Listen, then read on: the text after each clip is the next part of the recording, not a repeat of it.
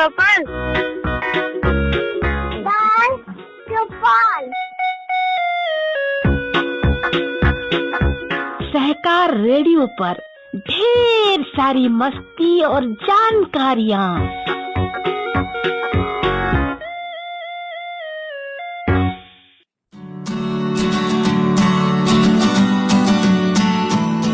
Hello बच्चों, सहकार radio के कार्यक्रम बाल चौपाल में आज आपके साथ हूँ मैं सुनीता। आज मैं आपको सुनाऊंगी जाने माने विज्ञानी अरविंद गुप्ता की लिखी कहानी एक तोता और एक चोर। इसे हमने लिया है www.arvindguptatoys.com से। तो सुनिए ये कहानी एक तोता और एक चोर।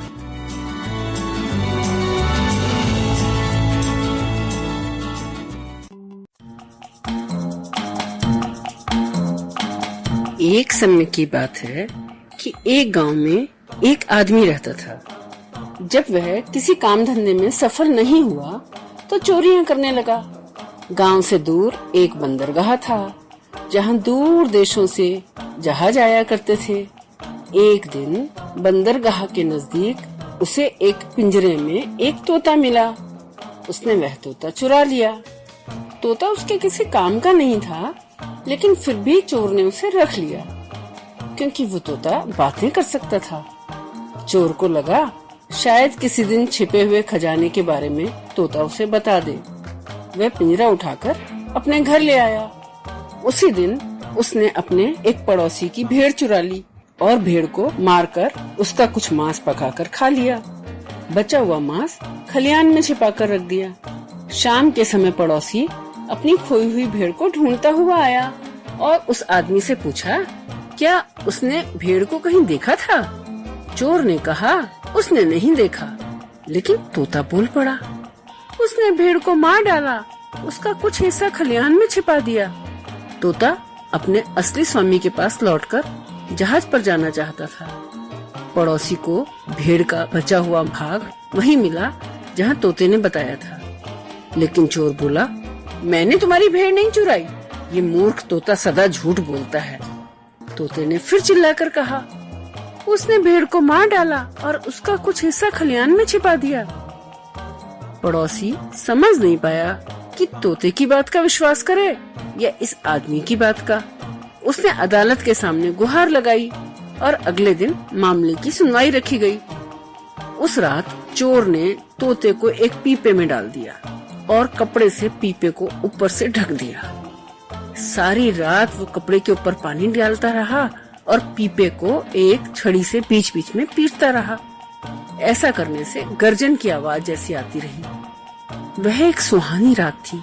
आकाश में चांद और तारे चमक रहे थे, लेकिन पीपे के अंदर बंद तोते को ये बात पता ही नहीं चली। उसे लगता रहा कि रात भर बारिश हुई है।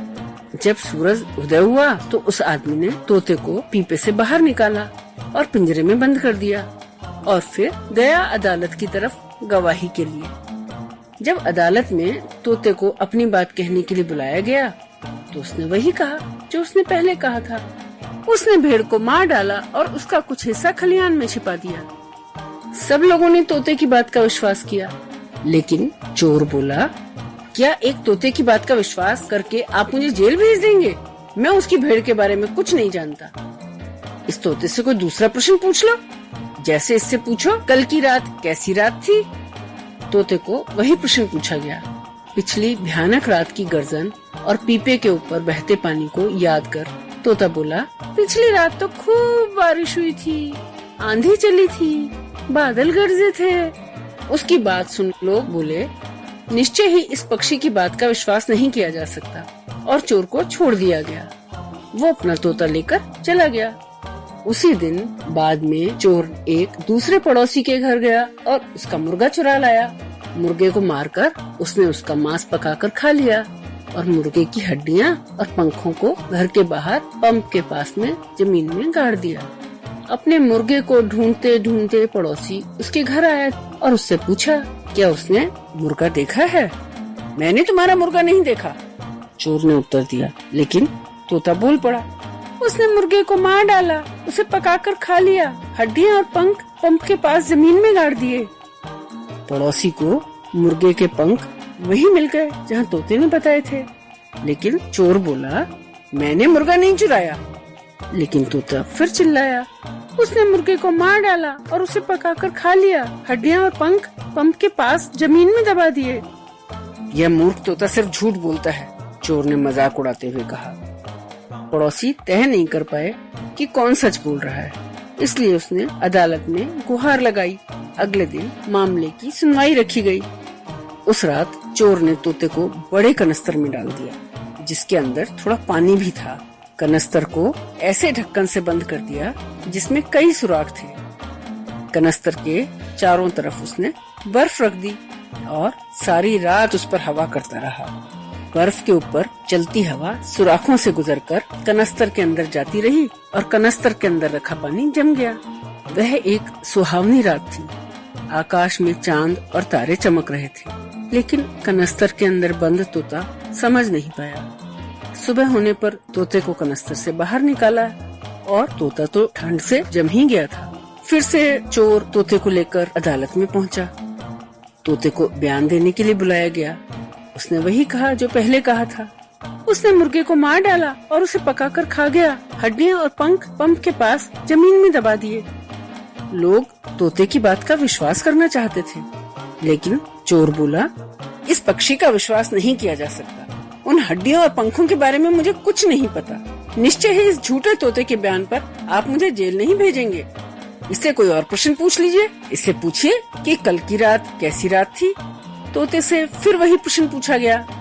पिछली ठंडी रात को याद कर तोता बोला, कल रात बहुत ठंडी हवा चल रही थी और पानी जमकर बर्फ बन गया था। लोगों ने अपने सिर हिलाए और कहा, इस पक्षी की बात का विश्वास नहीं किया जा सकता। यह आदमी निर्दोष है। और उन्होंने चोर को जाने दिया। वह अपना तोता लेकर घर चला गया। उसी दिन फिर से चोर ने एक और पड़ोसी का सुअर चुरा लिया। सुअर को मारकर उसका मांस पकाकर खा लिया और बचा हुआ मांस लकड़ी के गोदाम में छिपा कर रख दिया। कुछ देर बाद पड़ोसी अपना सुअर ढूंढता हुआ वहीं आया और चोर से पूछा, क्या उसने उसका सुअर देखा है? चोर बोला, मैंने बिल्कुल भी नहीं देखा। लेकिन तोता बोल पड़ा, उसने सुअर को मार डाला, उसका थोड़ा सा मांस पकाकर खा लिया और बचा हुआ लकड़ी के गोदाम में छिपा दिया। पड़ोसी ने देखा कि चोर ने वैसा ही किया था और जहाँ तोते ने बताया था मांस वहीं मिला। परंतु चोर बोला, मैंने सुअर नहीं चुराया। ये मूर्ख तोता सच बोल ही नहीं सकता, हमेशा झूठ बोलता है। लेकिन तोते ने फिर दोहराया, उसने सुअर को मार डाला, उसका थोड़ा सा मांस पकाकर खा गया, बचा हुआ लकड़ी के गोदाम में छिपा दिया। पड़ोसी ने कहा कि अब अदालत ही इस बात का फैसला करेगी। अगले दिन मामले की सुनवाई रखी गई। उस रात चोर ने एक बड़े बर्तन के पास आग जलाने की लकड़ी इकट्ठी कर ली। उसी बर्तन में वह तोते को रखने वाला था। वह सारी रात आग जलाकर रखना चाहता था ताकि अगले दिन तोता अदालत को बताए कि रात में बहुत गर्मी थी, उतनी गर्मी जितनी गर्मियों के सबसे गर्म दिन में होती है। लेकिन तोते ने खिड़की से देख लिया कि चोर उसके साथ क्या करने वाला है। तोता अब समझ गया कि पिछली 2 रातों में उसके साथ क्या किया गया और लोगों ने उसकी बात का विश्वास क्यों नहीं किया। तोते को फिर से मूर्ख बनाने के लिए जब उस आदमी ने सारी तैयारी कर ली तो तोते को पिंजरे से निकालकर बड़े बर्तन में रख दिया और ऊपर से ढक्कन बंद कर दिया। फिर उसने लकड़ियों को आग लगा दी। लगभग 1 घंटे तक उसने धीमी आग जलाए रखी। फिर वह सोने चला गया। उसे लगा कि जलते हुए कोयले बाकी का काम कर देंगे। बर्तन के अंदर तोते को बहुत कष्ट हो रहा था, बहुत गर्मी लग रही थी। उसने इंतजार किया उस आदमी के सोने का और उस आदमी के सोने के बाद तोते ने बर्तन का ढक्कन खोल लिया और उछलकर बाहर आ गया। बाहर आकर उसने देखा यह तो एक सुहावनी रात है। आकाश में चांद और तारे चमक रहे हैं। तोता उड़कर घर की छत पर आ गया और सारी रात नाचता रहा। जितने भी डांस उसने उस नाविक से सीखे थे जो उसका असली स्वामी था, वो सारे डांस उसने किए और चोर के बिस्तर के ठीक ऊपर छत पर बार बार पंजों से खट खट खट खट करता रहा। सुबह होने से पहले उड़कर वापस नीचे आ गया और बर्तन में बैठ गया और उसका ढक्कन खींचकर बंद कर लिया। चोर को तो पता ही नहीं लगा। चोर तो देर से जागा, क्योंकि रात भर छत पर इतना शोर मच रहा था कि वो ठीक से सो नहीं पाया। उसने फिर उसमें से निकाल के तोते को पिंजरे में बंद किया और अपने साथ अदालत लेकर गया। लोगों को अब तोते की बातों का ज्यादा विश्वास नहीं हो रहा था, फिर भी उन्होंने उसकी बात ध्यान से सुनी। तोता बोला, उसने सुअर को मार डाला, उसका थोड़ा सा मांस पकाकर खा लिया और बचा हुआ लकड़ी के गोदाम में छिपा दिया। फिर चोर को अपनी बात कहने के लिए बुलाया गया। एक मूर्ख पक्षी की बात पर आप लोग मुझे जेल नहीं भेज सकते, चोर ने बड़े आत्मविश्वास के साथ कहा। मुझे क्या पता कि सुअर लकड़ी के गोदाम में कैसे आ गया? इससे कोई और प्रश्न पूछो। इस तोते से पूछो कल की रात कैसी रात थी। अगर वह नहीं बता पाया तो इसका विश्वास नहीं किया जा सकता। अदालत के पूछने पर तोता बोला, सुहावनी रात थी और आकाश में चांद और तारे चमक रहे थे। यही सच था। चोर को बड़ा आश्चर्य हुआ। वह तो समझे बैठा था कि तोते ने सारी रात बर्तन के अंदर गर्मी में तपते हुए बिताई थी, लेकिन वह घबराया नहीं और बोला, देखा, इस पक्षी की बात का विश्वास नहीं किया जा सकता। सब जानते हैं कि कल रात कितने ओले गिरे थे।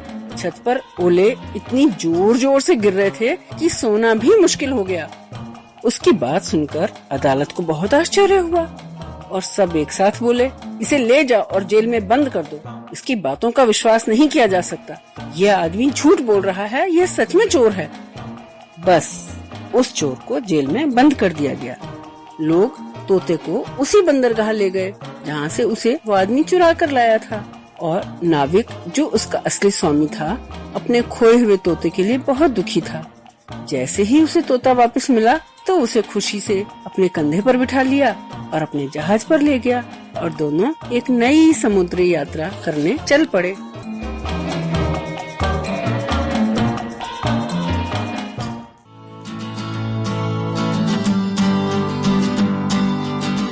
तो बच्चों, ये थी कहानी एक तोता और एक चोर। आप सुन रहे थे सहकार रेडियो का कार्यक्रम बाल चौपाल। इस कहानी को हमने साभार प्राप्त किया जाने माने विज्ञानी और कहानी के लेखक अरविंद गुप्ता से। आपको ये कहानी कैसी लगी कमेंट बॉक्स में लिखकर हमें जरूर बताइएगा। अगर आप ये कार्यक्रम पहली बार सुन रहे हैं और हमसे जुड़ना चाहते हैं तो व्हाट्सएप ग्रुप से जुड़ने के लिए 9617226783 पर अपना नाम और जिला लिखकर भेजें। फेसबुक से जुड़ने के लिए पेज लाइक करें, या फिर अगर आप हमसे यूट्यूब पर जुड़ना चाहते हैं तो हमारा चैनल सब्सक्राइब करें। सभी लिंक डिस्क्रिप्शन में दी गई हैं। तो आज के लिए बस इतना ही। अगले हफ्ते ऐसे ही किसी और कार्यक्रम के साथ फिर मिलेंगे। तब तक के लिए दीजिए मुझे यानी सुनीता को इजाजत। बाय बच्चों।